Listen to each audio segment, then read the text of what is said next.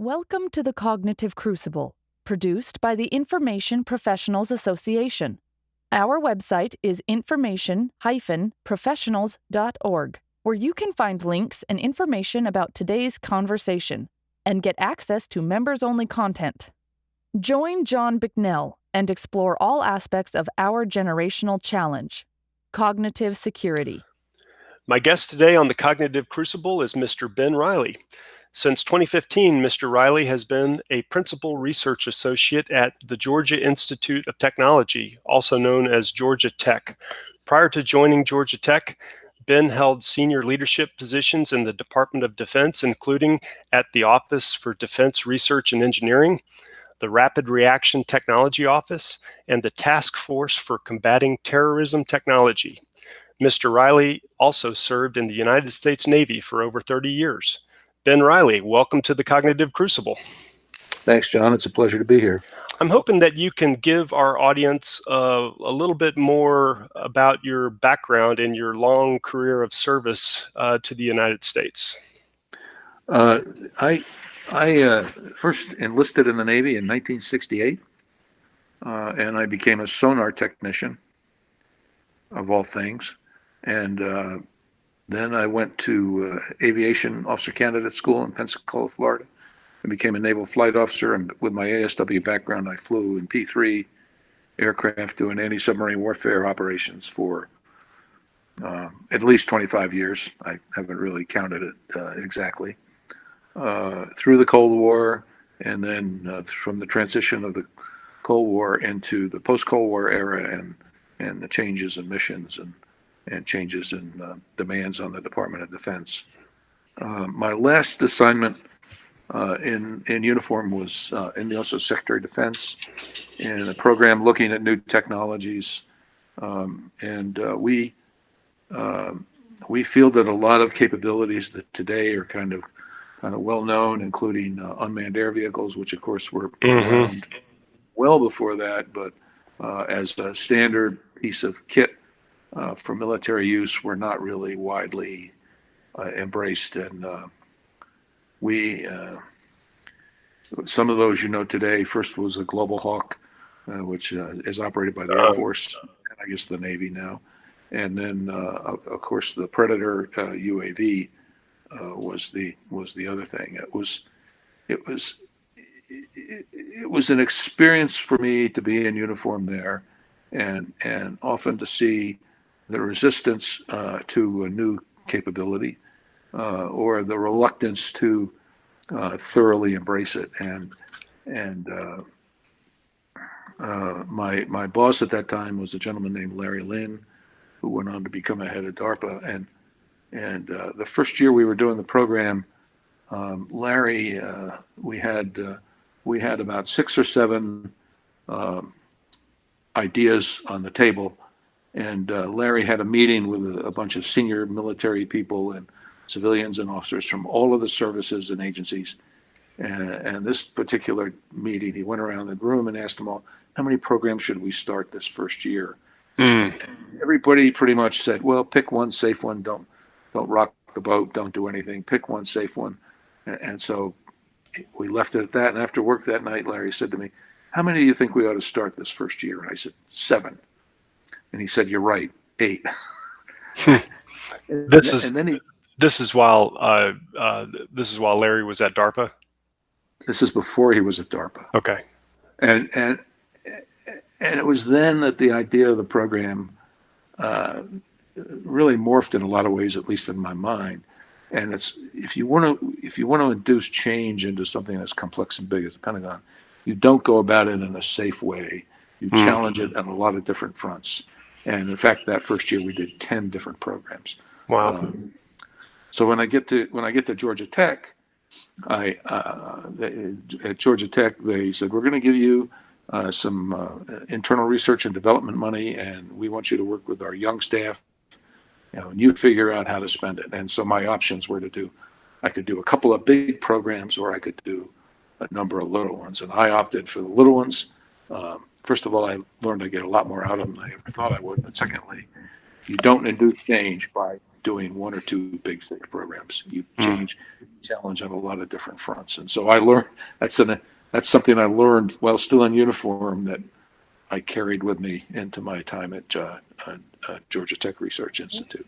Right. So Georgia Tech, as I understand it, is one of several, perhaps many, DoD-affiliated research centers like Johns Hopkins Applied Physics Lab, the Center for Naval Analyses, others. For our listeners who are unfamiliar with these research centers, could you give a little more background as to what these are all for?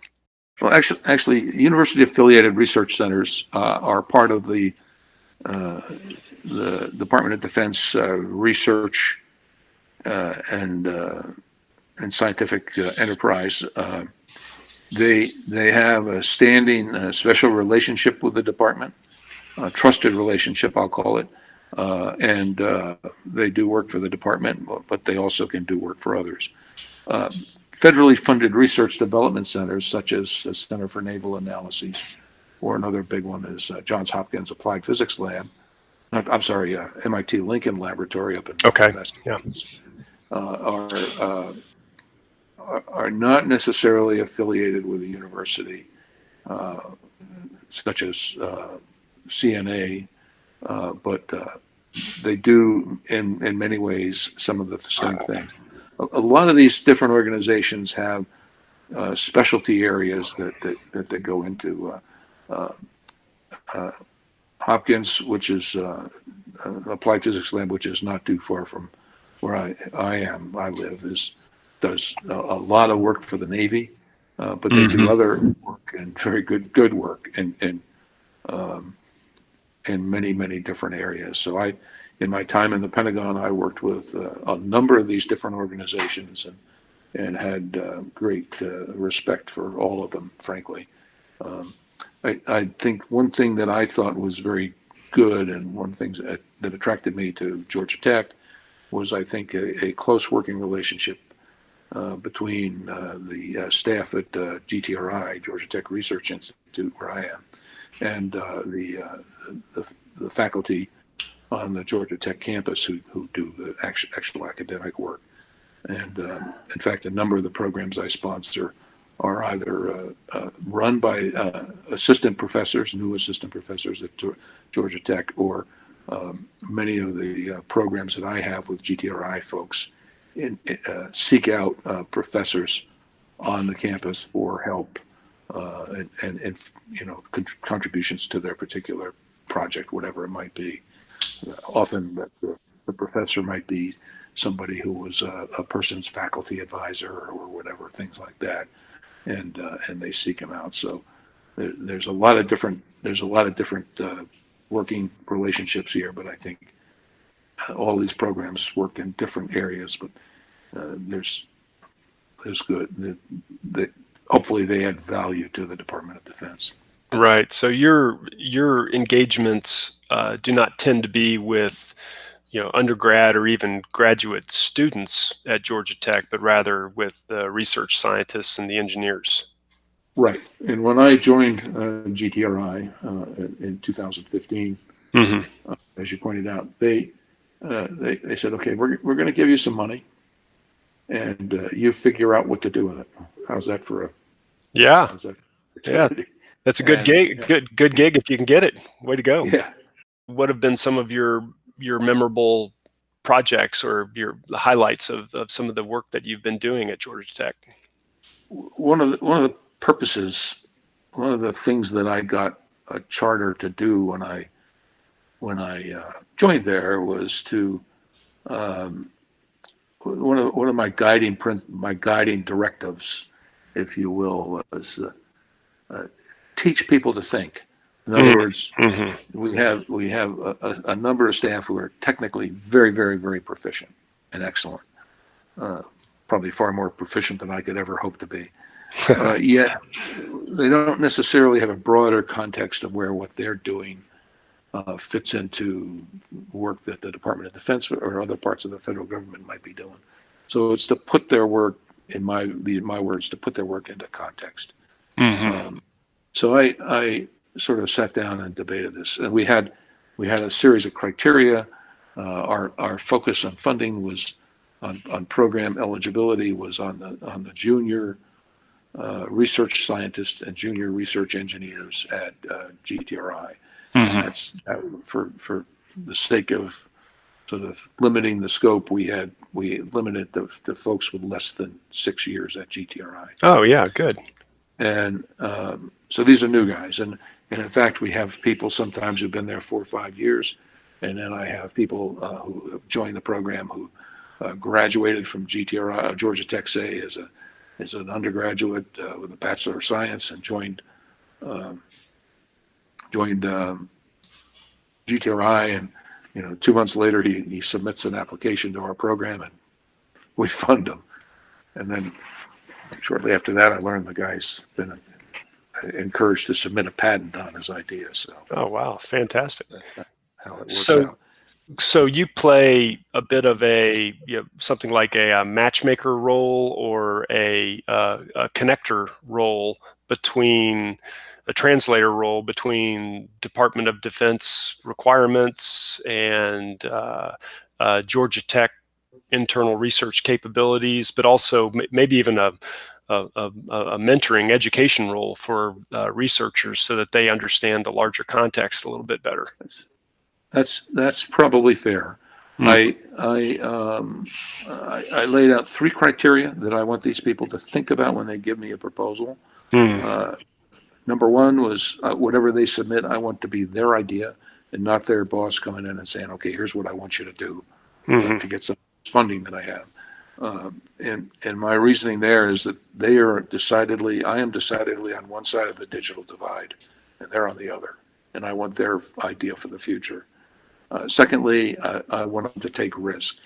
And I believe, the Pentagon would probably disagree with me, but I believe in a lot of the programs within the DoD and the government, we put a strong emphasis on transition of projects to operational capability, and that emphasis on transition drives out the push for innovation and risk taking. And so I want our folks to take risk, and so I'm not pushing the idea that everything we do has to become an operational program. I want them more to take risk and learn as they go along. And third, what I view as hardest of all is to think 10 years ahead. Sort of anticipate where we might be. And I think now, as we're in the middle of a pandemic still, and I think the results of that pandemic are going to change a lot of what I call the vectors that the world has been on. I think that it will be even harder to think 10 years ahead. So things that we can't even envision today might be crucial in 10 years. Right. So 10 years ahead, and I encourage them to do that. And another thing I would say is it's often been striking to me how much these younger researchers have little idea of context often of whatever they're doing. An example, a couple of folks were working on things to improve coordination and sort of air-to-air engagements and avoid fratricide and things like that. And in a couple of cases, I said, this sounds a lot to me like when the USS Vincennes in 1988 shot down an Iranian airliner. Do you know anything about that? Nope, never heard of it.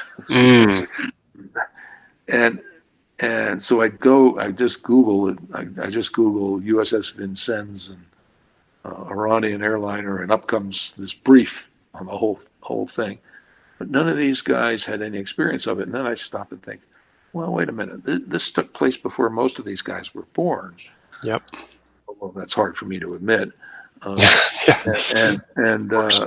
so they don't. They have no understanding of it. Yet it's the same kind of thing that happened there that they're working to prevent today. In fact, the only person at Georgia Tech who I've met who was aware of that incident is a guy who was an Iranian-born U.S. citizen now, but Iranian-born researcher down there. And he doesn't refer to it as the USS Vincennes incident. He refers to it as the Airbus incident. Wow. So, yeah, it's all about perspective. One of my favorite quotes, I think it's alternatively attributed to either Mark Twain or Samuel Clemens, but that may not be right. But it's something like history doesn't repeat, but it rhymes. yeah. And I think what you were just describing, that some recent history, recent military history, can very much inform current requirements and current needs. And if you are able to turn the cube just a little bit, you can see that, well, what happened back in that Iranian incident you just mentioned. There are requirements that can use that same kind of a dynamic today. So back to something you mentioned a moment ago. You seemed, don't let me put words in your mouth, but you seemed a little displeased, maybe, with the appetite for risk for within the government or within DoD. But doesn't DARPA or the intelligence community analog IARPA, aren't those the capabilities that seek high risk, high reward capabilities for us? Certainly they do, and they continue to do that, and I think it's really important to do that. And DARPA is, of course, the shining example of that within DoD. I'm just suggesting it doesn't need to be the only place that does it. Not that you go out and spend money on dumb ideas, but right. You can spend a little bit of money on some ideas to see if there's an opportunity in there. Well, how do you go about assessing that? And let me ask, just put something out there. I've heard recently. I'm looking to interview another gentleman about this. Have you heard of threat casting by chance? It's a technique, a structured technique for thinking through what the threats might be in the kinds of time frames that you were just mentioning, like 10 years out, 15 years out. What are the kinds of things that we need to be developing against? How do you decide what projects to expend your resources on? I'm not familiar with it. I've heard the term, but I'm not really familiar with it. But you're going to cause me to go look it up. But it's interesting. It's especially out of Arizona State University. I can send you something on it. We'll put a link in the show notes. But it seems like it's an interesting way to get a decent, a fuzzy, but a decent idea of what some threats might be that need to be mitigated. But I spend a lot of time reading a variety of different studies and reports and books and papers, both historical and otherwise, that I use to sort of refer to and rely on. About 8 years ago, when I was working in the Pentagon, one day when I'm cutting my grass, a riding mower. You do some of your best thinking while on the riding mower. Just boring, cutting grass. Yeah. And I'm thinking, I wonder if we're in a unique period in human history, or has anybody else experienced the same thing? And so I went back to the office on Monday and I asked the staff, you think we're in a unique era in human history, or have other people experienced similar things? And some people said, oh, it's unique. Nobody ever has been through what we've been through. And others said, no, I think this or that. Well, my question made it out to the Naval Postgraduate School. Nice. And some faculty sat down and they debated it. And they gave me a very, very short paper, 6 pages or something.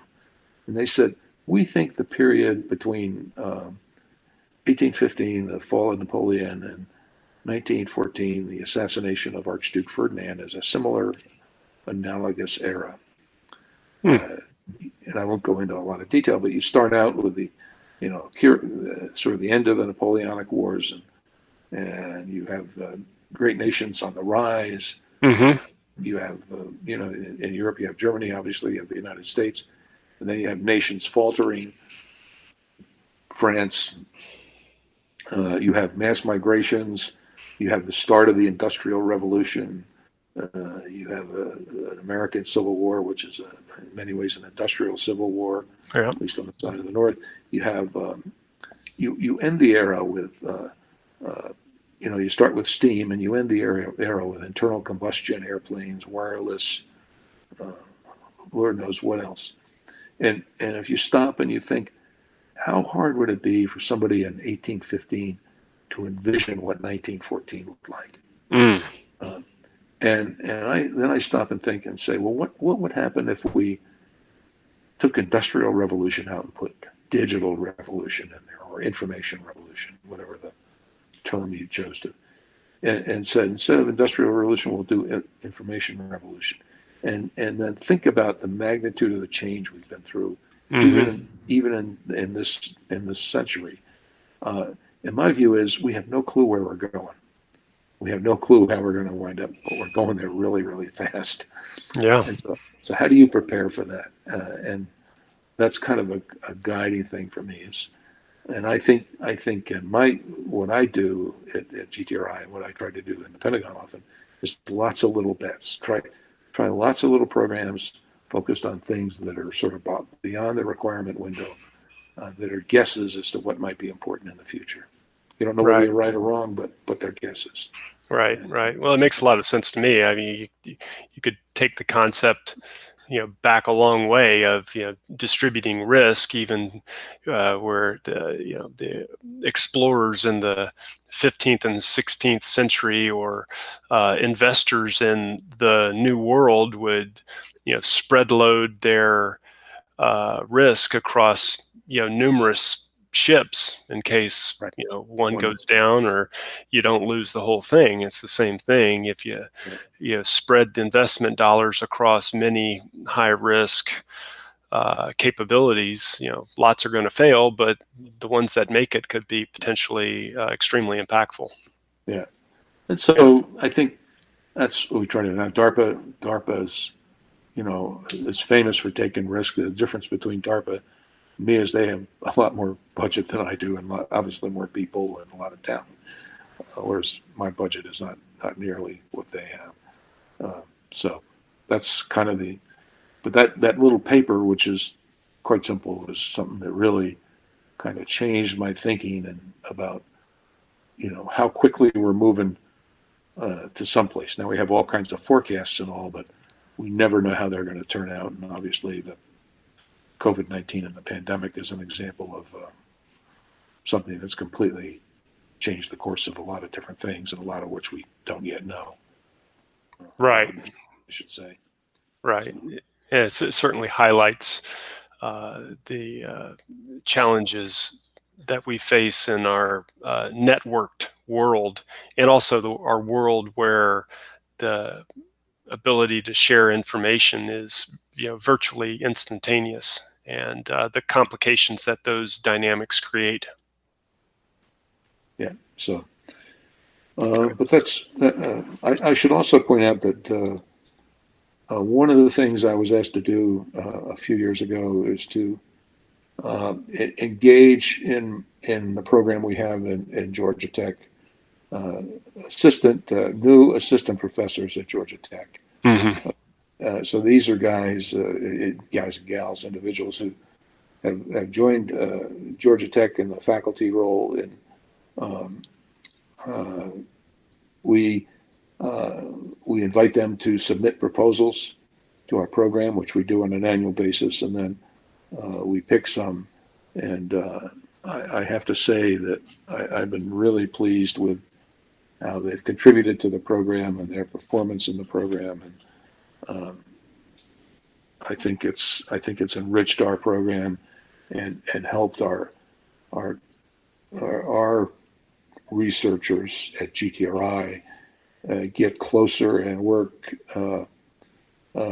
more cooperatively with the with the faculty at Georgia Tech. I mean, they're all in the same piece of land, plot of land. They're all on the same campus, but that can still doesn't mean that they're necessarily close. But I think it's really enriched the programs and given me insights into topic areas and things that I hadn't considered before that I would like to consider in the future.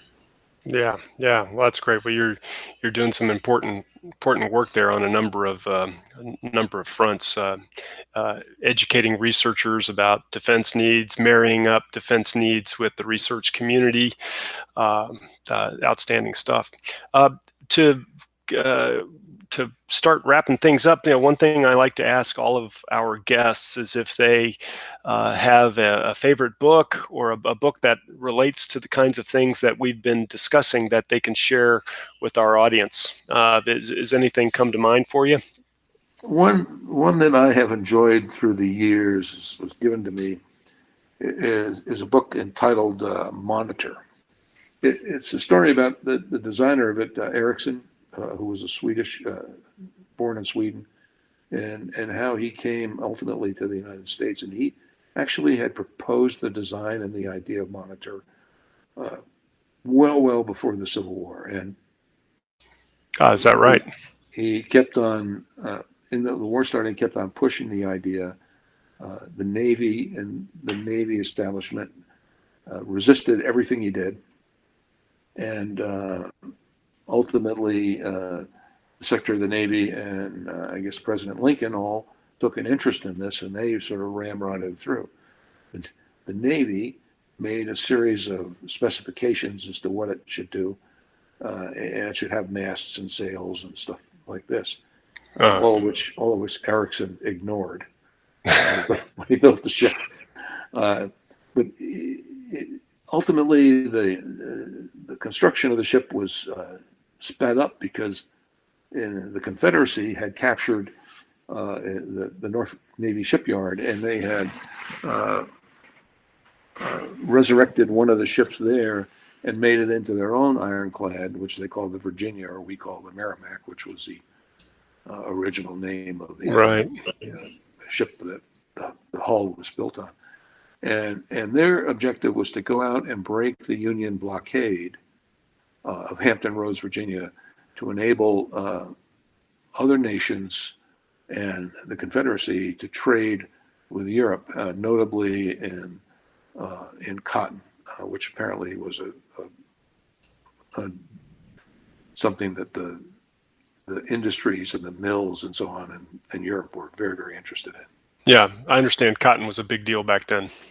And so the Monitor's departure from Brooklyn, New York, down to that area was sped up, and it arrived the day after the Merrimack came out and had sunk or disabled a number of U.S. Navy ships in the area, either by ramming them and everything.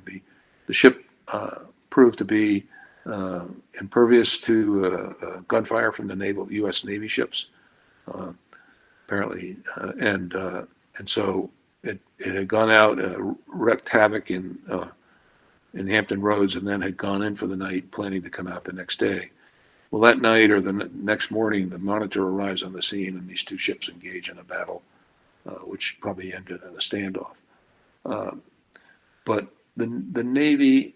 The Navy had resisted the whole idea of doing this thing until external forces came in, and then urgency made it the only solution to deal with the Merrimack when it did come out. In the book, the author points out that 2 weeks after the battle, when the Royal Navy heard about the battle, they canceled all of their contracts for wooden naval vessels. Wow!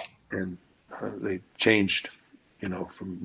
From wood to steel, to iron, I guess, and it was just how much it took to overcome resistance to sort of standard thinking and a way of doing business. The Monitor only had 2 guns on it, big ones, but 2 guns, and a rotating turret.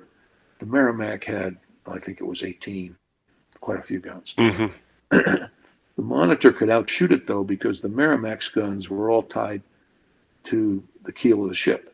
And so to aim the guns, you had to maneuver the ship. And the Merrimack wasn't very maneuverable, as it turned out. Whereas with the Monitor, you didn't need to maneuver the ship, you maneuvered the turret. And you just rotated the turret around.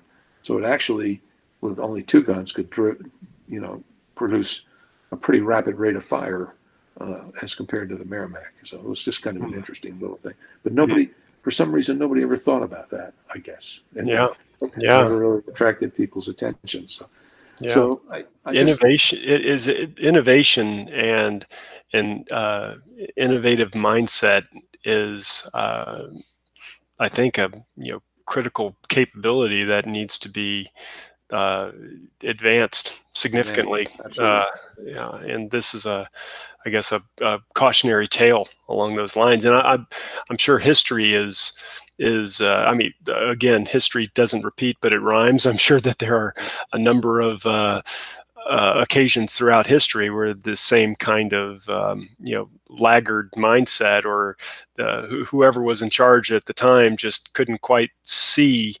past the status quo into new possibilities. So I just tie that to a memo I found to my boss Larry Lynn in the Pentagon. This is go back to 1993, by the way, just to mark it. Yep. But it was a memo from a gentleman named Andy Marshall, who headed the OSD Office of Net Assessment, and Andy was an internationally known figure, and he wrote my boss Larry Lynn a memo on this new concept called information warfare and the implications of it for the future. And in the memo, he speculates that it might be something that's very hard for DOD, the Department of Defense, to adapt to because it doesn't really fit into the way of DOD thinking, if you will. So in a sense, there's a link between that memo in my head, at least, and the resistance and the challenge that Erickson and the Monitor faced when they started to build this ship, and the importance that each of them actually generated. The Monitor, of course, changing a lot of naval thinking, and information warfare now being a huge factor in pretty much every facet of life. Yeah.